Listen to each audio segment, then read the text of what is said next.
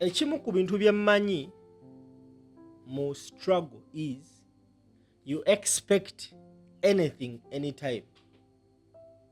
Just out of the blue osobola okera ku makya ng'omuntu abadde ayogera ebigambo bino ayogera biri. Era Kyagulanyi yakozesako statement yagamba nti tuli balabira ku bikolwa byabwe. Mugisha Muntu yavayo n'agamba statement egamba nti it is just a matter of time. Kaseera kokka. Now, okuva twamala okulonda akalulu, buli omu abadde ayogera bibye nga waabisanze. Wabula in so doing that, abantu ku mitimbagano kuno gye tuliko batandise okulaba ebinene edda twabiyitanga bijjankunene. Nti abasajja abaali boogera ABCD kati boogera QXYZ. Naye nga bino byaliwo immediately after okulonda. Now, waliwo abantu abamu nga bo mu struggle muno babadde nga boogera n'ennyenje ne zinyeenya. Naye abantu abo be bamu ku bantu abatandise okwogera ebigambo bannayuganda bye batabasuubiramu oba oliawo bo balina ensonga zaabwe kwe bayimiridde. Naye olunaku olwaleero Futu Soja agudde matereke ne Ali Mawale. Ali Mawale alina ensonga ze zagamba nti it is high time ekibiina kituule bateese bajjeyo abaana. Ensonga omukulembeze gwagamba gwawagira gye yali yagaana because agamba tutuule tuteese ku ki. Eddie Mutwe yakola musango ki? Bobby Yanga yakola musango ki? Bobby Janti yakola musango ki ogututuusa okuteesa naye? Mathias Mpuuga yavaayo n'ategeeza eggwanga nti yatuula n'ateesa ne gavumenti mu kutaba Sseggirinya. Bwe twogerera essaawa zino be yatuula nabo okuteesa tewali akyali mu NUP. Sseggirinya musajja wattu Mukama Katonda amusonyiwe ebyamusobako yatuva ku maaso. Alan Sewanyana yazungira mipiira ndowooza okategedde. Kati njagala owulire kye bakoze Ali Mawale tukomewo tovaawo. Abalatiifu ogenda ne basabira nti abasibe bateese bana abakulembeze baffe mu kibiina bagende bagambe Museveni taabasibe nga basinkane Museveni awo njagala ottaanye muganda wange Julius tombuuza kintu ky'abalatiifu kubanga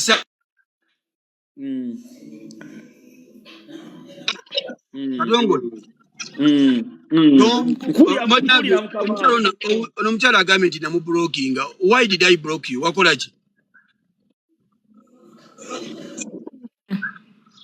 Kale nkwani bulokize nesimanyi kiki wakola ariko badde kalabba naye nkusonyiye. Wuliriza Katongole.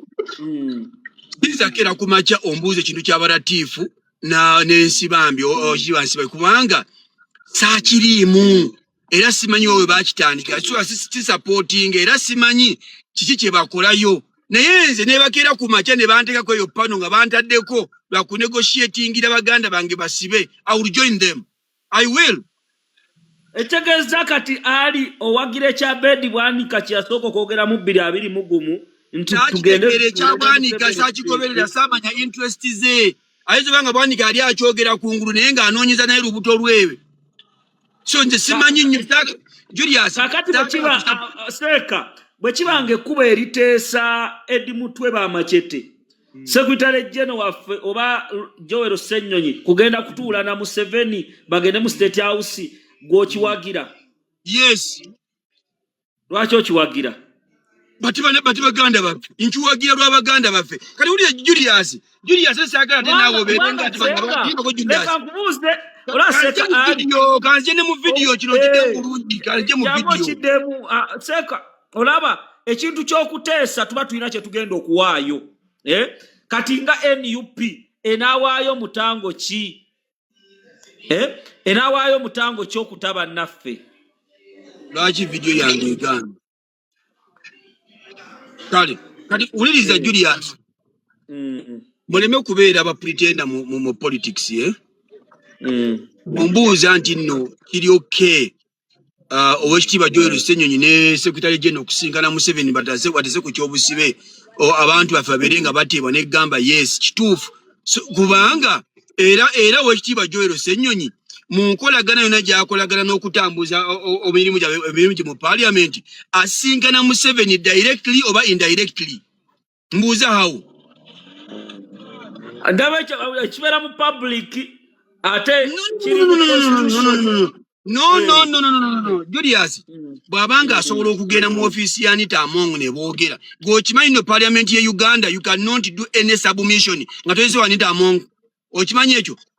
Kiri constitution oba tekiri? Okimanyi nti parliament ye Uganda tosobola genda ku fulo ya parliament nga tomaze genda wa Anita Among kumugamba na kibi ogenda kwogera. Okimanyi oba tokimanyi? Ekyo mbadde nakiwulirako. Kati uliriza muganda wange bwe kibanga kintu Julius okuwithdrawinga mu lutalo oba okugenda okunegotiatinga ku Baganda bafe abasibe inga kiteeta Secretary General na Rupu kusinkana Museveni inga negotiation ezo za kutaba sibe bamusisinkane abaana baffe babate kubanga negotiation tutesankuwa kino nango mpe kino kati Ssenyonyi oba president yagwe bagenda kuwaayo kyeri Museveni okutuwa abasibe. Julius mukazi owakwatira mu bwenzi n'omugamba nsonyiwa naga tutambuza obulamu oba muwadde ki?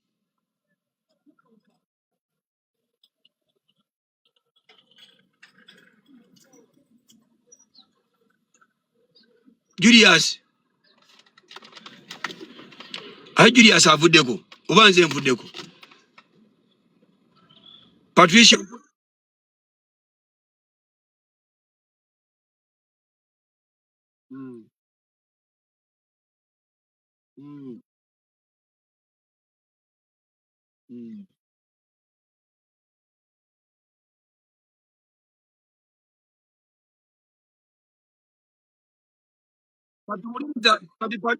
Patricia kino kankikugambe wallahi summatallahi teri yayinza gena mu kooti kuwabira kalulu ne bakakuliza nga Museveni takkiriza.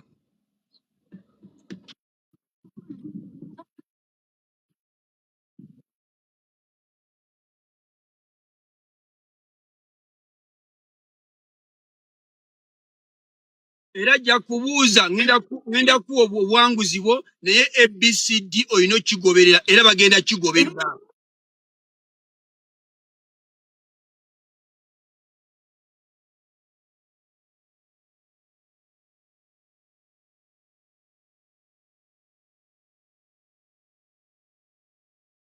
Patricia njagala omanye uliriza njagala omanye tubeere mu politics ow'ekikulu tuli mu politics revolution yali ya people power tuli mu politics whereby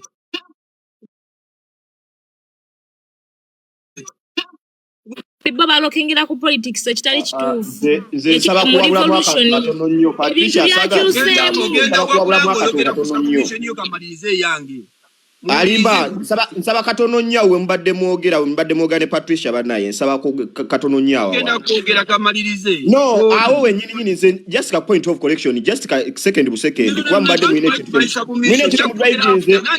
nange nja kuwuliriza. Let me give my submission bro.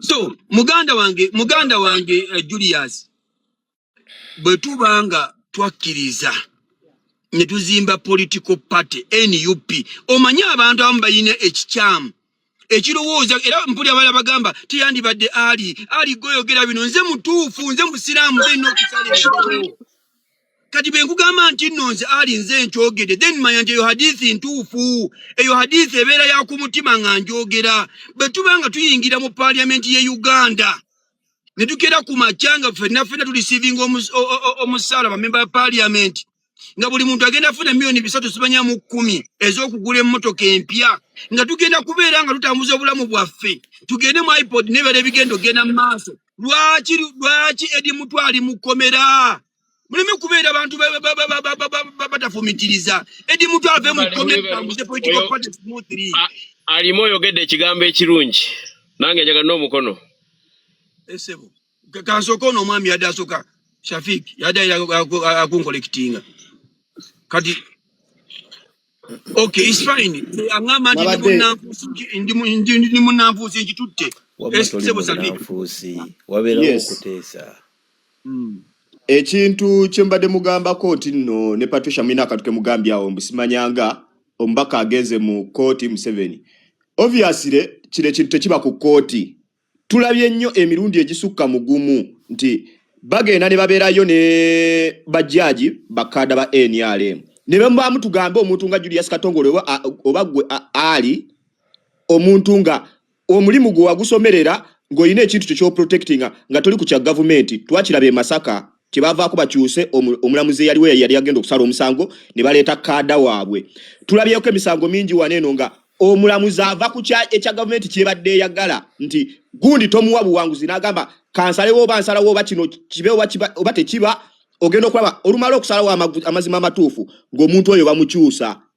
Sigama nti no Museveni abamu kivane ku muntu ye mwennyini kati ng'omusango badde bawayirizaani omusango uliza nedda totodda kuyimba abantu nawe ng'omusango gwe badde bawayiriza gundi omwogezi ani ono gundi mwerabiddaani ono omulongo Waiswa kooti yafuddeyo negusuula nti tegwabadde mutuufu nga nawe okiraba ng'omuntu tuve mu bino ebyaki Aseka ali njakubuza kubuuza mukati nange ntamuddemu Shafiki ebisale ebisinga twetaaga amnesty naddala nga tulemeddwa okukaanya mu mbeera ezimu bwebanga pati esazeeko okugenda mu kooti tukkiriza tufune amnesty eri abasibe tuli mu oda mulindeko mbase mu oda abana ekibuzo kiri bweki Seka Ali ye ne banne bagamba abakulembeze mu NUP wabeerawo embeera yonna batwale wa Museveni okuteesa ku nsonga z'abasibe bateebwe bo bakiwagira.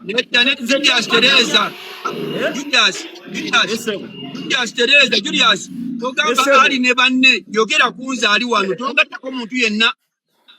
Aseka Ali njagala osooka nnyonnyola abantu abakitegere bulungi bakubaganye ebirowoozo ng'obannyonnyodde lwaki gw'ogamba mu kaseera kano oyagala wabeera okuteesa era nkubuuza Edi Mutu okkiriza nti bye baamuteekako yabikola ne Machete okkiriza nti bye baamuteekako yabikola ogenda ofukaamirira Museveni tebabikola tugenda mu kooti nga nawe okimanyi bulungi nnyo kooti Museveni yaliyo kati mugendere ddala tukole protestive vote.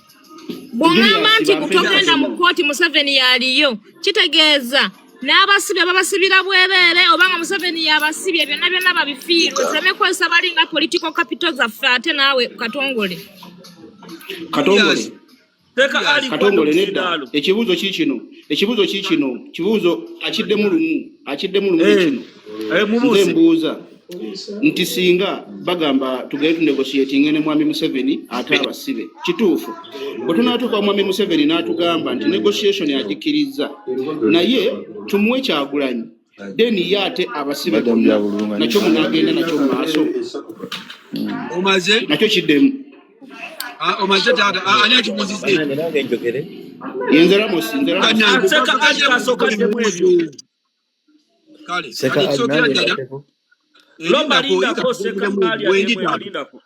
Wuliriza ekisookedde akasokereko ono kyagambye bwe tunaagendayo n'atusaba His Excellency Robert Kyagulanyi Ssentamu muganda wange osooka fumba mmere n'ogamba engeri gy'ogenda ogiryamu osobola okukozesa fo osobola okugatta emmere n'enva osobola okugirira mu ntamu oba ogirira ku ttule oba ku sowaani sooka okkirize negotiation zibeerewo bwe ziba zigenda kubeerawo then tutandike amateeka gaazo ani agenda tukulembera zigenda kubaawa tugenda kwogera ku kinaki kye tusuubira mu negotiations ezo bw'oba ogenda kuba n'omuwala sooka omukkiriza okwagala bwakkiriza then otandika okusalawo ogenda omusuza naye munaabeera sooka okkirize nti negotiations nnungi nti ye then how are we going to conduct them and who is going to lead us tekisookera ddala kati bw'oba okyazigaana ng'olowooza Museveni kyagenda kwogera then you are wrong.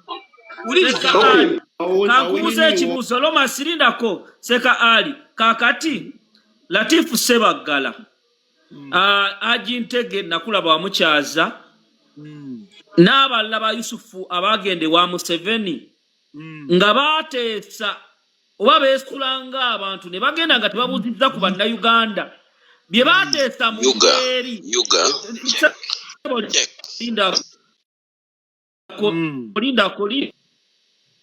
Mukulu Katongole Mukulu Katongole tata. Tubeere organized bannange ekimba sinakiddamu nga temunnyongera ekirala. Katongole ate tavuddeeko. Mmwe abasadde kwe muli.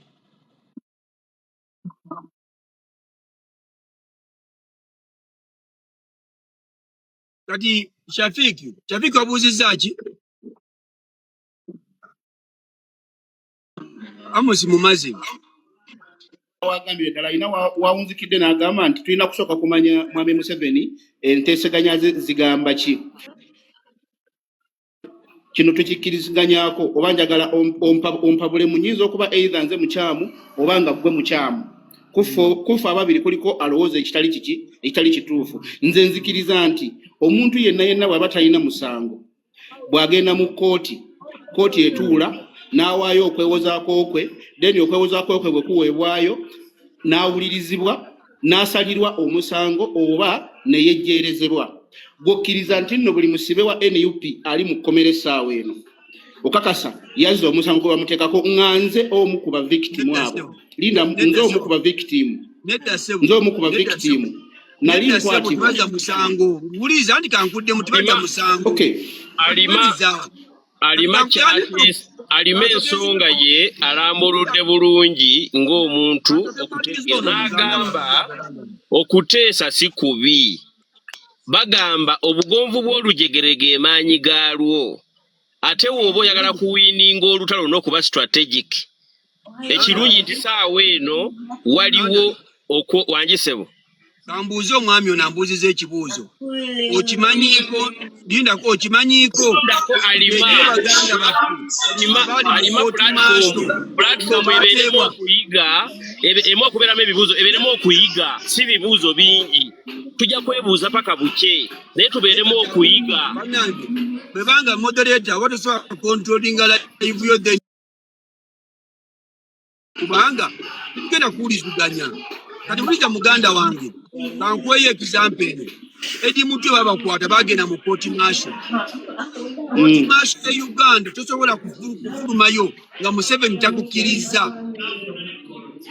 Bwe tubanga twafuna bannaffe abanegotiatingiwa ne bateebwa. Lwaki bano Bobi Yanga tubalekayo mu kkomera? Ekyokubiri okunegotiatinga oba tofuuse wiiki. You negotiate bakuddiza abalwanyi bo, then we set ourselves again okuddamu okulumba. So abaana baffe babate tukomewo nga ffenna tulina eddembe lyaffe. Mwami ali ensonga yo si ntuufu. Mwami ali ensonga yo. Listen to me.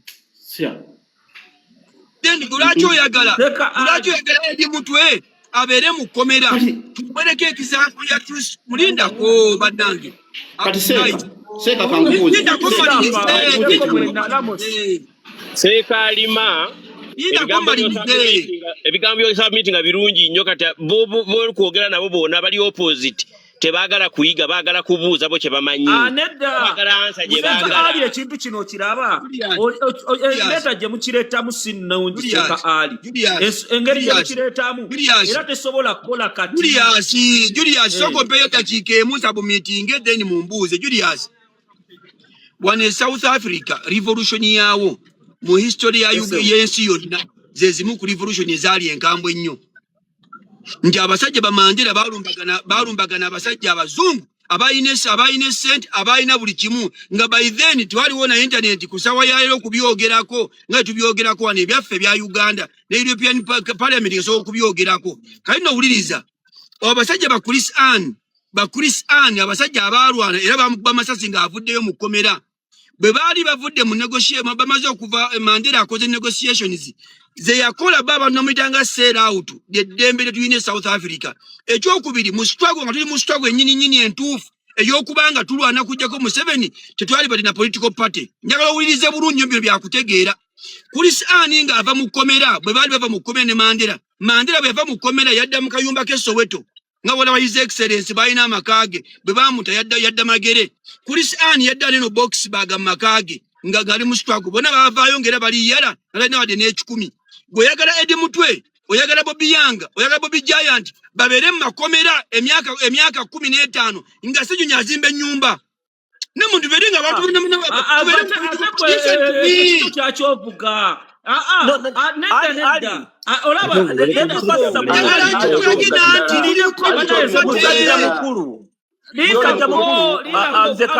kanjogere kintu kino Lamos temugenda tegeera nga temuwuliriza tempadde kumalayo ali nedda kodabo ekyasenyonyi kyolese nekyabalala Julius tompadde kumalayo Julius tompadde kumalayo that is not revolution we are in political party revolution omanyi lwaki ekibiina ky'ebyobufuzi weekiri omanyi lwaki ekibiina ky'ebyobufuzi weekiri tekugamba bye baakola byali byenkane bya Museveni byali byenkane bya Museveni Julius bw'obanga owagana kumala buseera sirina budde obwo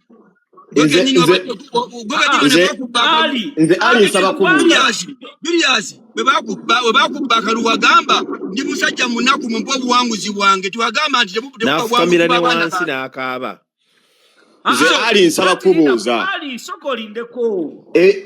ekyakatongole ekyokusaba obuwanguzi bwe kirala nnyo n'ekyokugamba tugende tuteese singa Katongole yavaayo n'agamba ti bannange saba ngende nteese ne Museveni bampa obuwanguzi bwange kirala nnyo nze nsaba kubuuza okuteesa ali kwe mufulinkinga lindako Shafik okuteesa genda maaso Katongole nzije twebuuza ebibuuzo bino ali mugamba bagende bateesa nani ekyokubiri bateesezaawa nti essaawa zino bw'oŋŋamba nti bagende bateese bataabasibe kaakati era ani agenda okuteesa nti Latifu Ssebaggala n'ensibambi beesitula nga bagenze ng'abaagudde ne bagende wa Yoweri Museveni ne bamugamba baayogera bintu byabwe bwe bajja mu kamera ne bagamba bagenda kuteesa ku nsonga y'abasibe nti ali Edi Mutwe ye nga mukomera amanye ensonga lwaki ali mu struggle eno era ekyokubiri gwe ekyokuleetawo nti munnange kakati olaba tuli mu political party Joel Ssenyonyi agenda kuzimba ennyumba gundi akola atya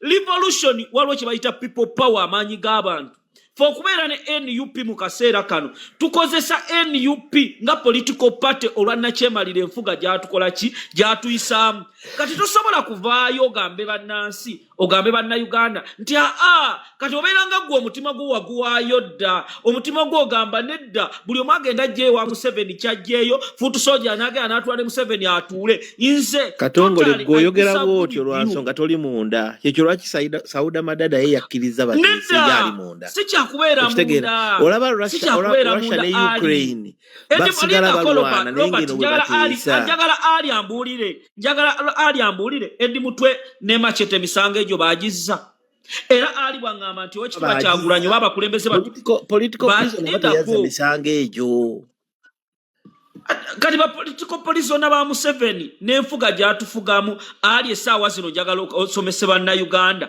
kwekyo ky'obasomesaako neze ndaba butwa ali kwadde omuzindaalo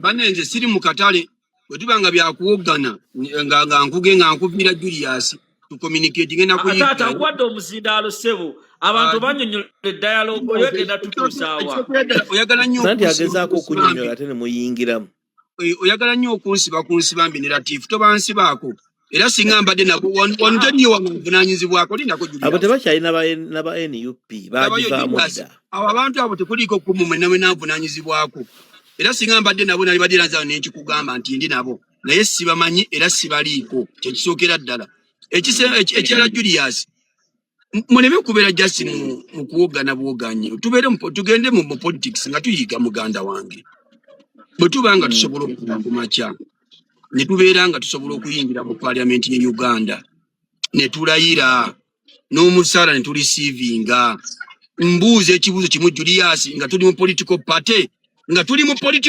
gyoyogeddeko political party mpaayo ensonga just bbiri zokka Julius genda kwemyutinga lwaki Edi Mutwe n'abalala balina okubeera mu kkomera nga tuli mu political party ekisookera ddala nze nga Julius Katongole ndi member wa NUP ate ndi mu revolution y'enkyukakyuka ekiyita ekisinde kya people power mu mbeera eno eriwo ekibiina ky'ebyobufuzi si kye kyasalawo Edi Mutwe abeere mu kkomera era njagala owulirize bulungi ekibiina ky'ebyobufuzi oba n'abakikulembera si be baasalawo nti ambulera Museveni gyatutaddemu eyokubeera nti ffenna tuli banyigirizibwa lwe bakutte Eddie Mutwe lwe bakutte atali bayide bangi damu ekibuuzo Julius bw'ogambye tuyina political party. That's not revolution. Nga tuli mu politics ono nga babaga parliament bafuna omusaala bagenda kulayira bafune emmotoka nga ziva mu government ya dictator. Mpa y'ensonga emu lwaki Eddie Mutwe n'abasibe abalala nga we are running the political party lwaki bali mu komera mpa kuyisonga bbiri totolandaga eno n'eno. Museveni yabasiba dictator mu komera.